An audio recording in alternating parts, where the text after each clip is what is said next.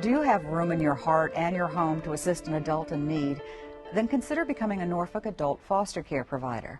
Pam Cole, Adult Protective Services Supervisor, and Raina Rios, Family Services Worker, have the details, and Barbara Brown has the first-hand experience. And I welcome all of you to the show to talk about adult foster care, which is offered in the city of Norfolk to folks who may be in need of it.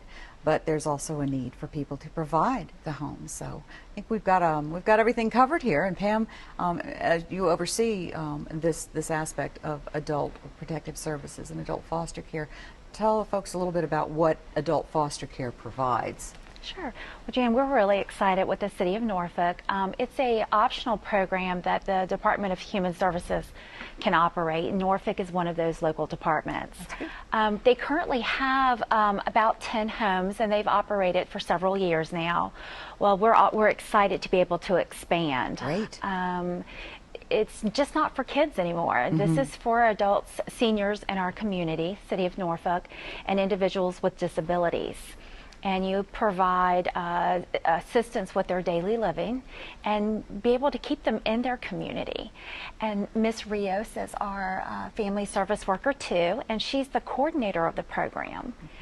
So yeah, so you have a lot of details about what it takes to actually become a provider. That's right. And of course, if you're looking for providers or you're welcoming people to inquire, maybe a little bit of upfront information about whether or not they should take that step is in order. So what is it that you look for in a provider? Sure. Well, we're looking for providers who have a loving heart and are willing to assist those in our community.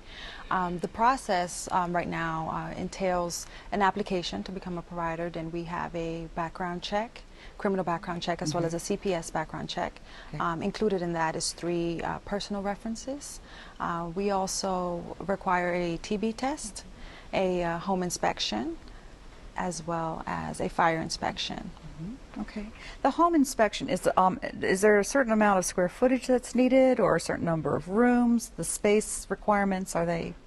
There's no particular amount of square footage. However, we do require that there is sufficient space for the clients to sleep in, as well as space for them to congregate and, spend, do any recreational activities or hobbies, things of that nature. Each client is required to have their own bed and their own dresser, their own living area. So there are some providers who have 2 clients per room, and that is fine as long as, again, they have their adequate space for each. Okay. All right. So having somebody come in, you had mentioned earlier, Pam, that this can be a senior or a disabled adult. So perhaps a child that was in foster care may actually transition into this? Yeah, that's good that you bring that up. We are looking at youth that are aging out of care, and certainly adult foster care would be an appropriate placement for them. They do have to meet qualifications, same as going into an assisted living facility. So we're working with some of our youth that are aging out to see if they do qualify for this. Okay, great. So it does appeal to people who want to care for folks of a variety of ages. Yes. Ms. Brown, you have been working as a adult foster care provider with the city, and how long have you been doing this? Approximately 2 years. Okay, so you've had a bit of experience under your belt, and what prompted you to get involved? I'm a retired individual, from information technology, and that's something I retired out of. And I still had the energy, still had some things to do, know. So it's a passion for me to help the mentally ill and to help them be what they want to be. Okay. So you found a good fit when it came to providing this kind of care? Yes. I have 4 individuals in my home. Wow. One is schizophrenic, one is autism, PTSD, dementia person, and a manic depressive bipolar person. And they all get along like family. I do advocate that this adult foster care is the way to go because it makes it a more home atmosphere for them. And they do know the difference. They know the difference between, institutionals and stuff like that, group homes. And so when they get into the home, they become open more open Relaxed. because they feel safe. Yes. Yeah. And having somebody there to make sure that their medications and everything are regulated and that Right. they have some of the comforts of home. Yes, yes. They do go out. We do have outings. Great. On trips, short trips. I go to the doctors with them because I need to know the individuality, what's going on with the medications. Right. And I go to the psychiatrist and the psychologist with them. You're a And, busy woman. yeah, I enjoy it. Yeah, they keep me straight too. So everybody benefits. Right, right. Yeah. They time me, you know. You've been gone 3 hours. Oh, okay.